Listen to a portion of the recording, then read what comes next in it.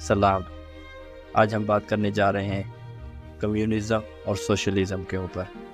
अगर हम देखें इनके लफ्ज़ी मानी, सोशलिज़म और कम्युनिज़म ये फ्रांसीसी ज़बान के लफ्ज़ हैं और इत्तेफाक से दोनों लफ्ज़ 19वीं सदी के हैं।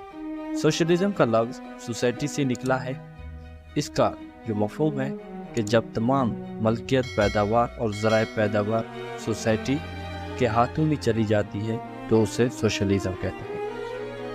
अगर हम लफ्ज़ी मानी कम्युनिज़म का देखते हैं तो कम्युनिज़म ये लफ्ज़ कम्युनिटी से निकला है, जिसका मफ़हूम ये है कि जब पैदावार और ज़राए पैदावार कम्युनिटी के पास चली जाए तो उसे कम्युनिज़म कहते हैं। इन दोनों के लफ्ज़ी मतलब एक ही से ही लगते हैं, बस कम्युनिटी और सोसाइटी का फ़र्क है।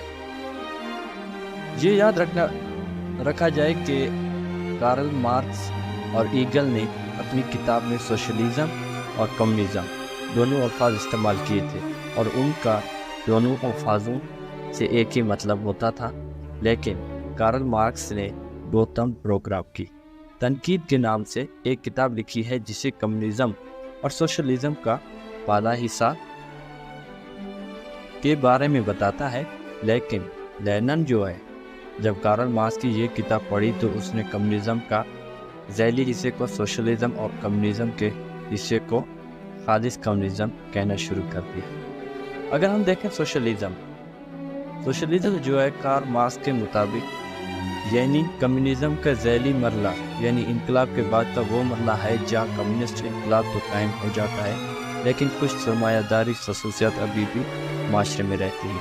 जैसे नंबर 1 पर हम देखें तो माशरे में मजदूर तबके की आमरीत कायम रहती है ताकि सरमायादार और जागीरदार फिर से इक़्तिदार पर काबिज़ ना कर ले।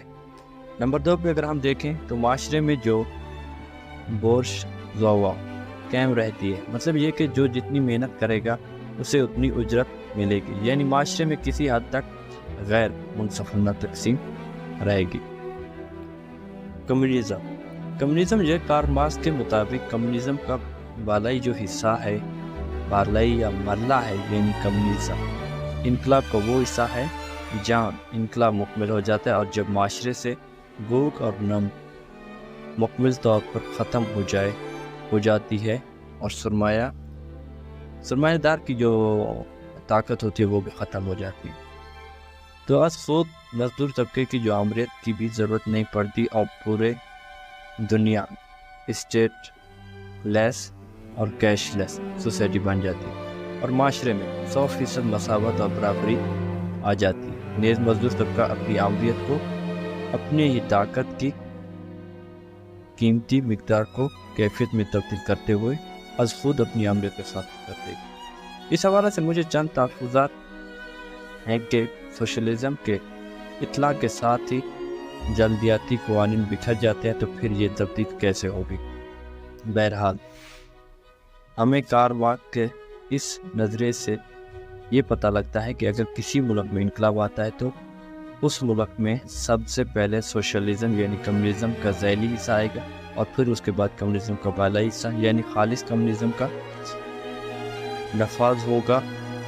और दोनों गुणों का मकसद तो एक ही है, लेकिन काम करने का तरीका जो है अलग अलग है। लेकिन दोनों का जो काम है वो यही है कि मजदूर के रेटना, मजदूर के लिए आवाज़, मजदूर की जो रेटिजी इनकी जो असल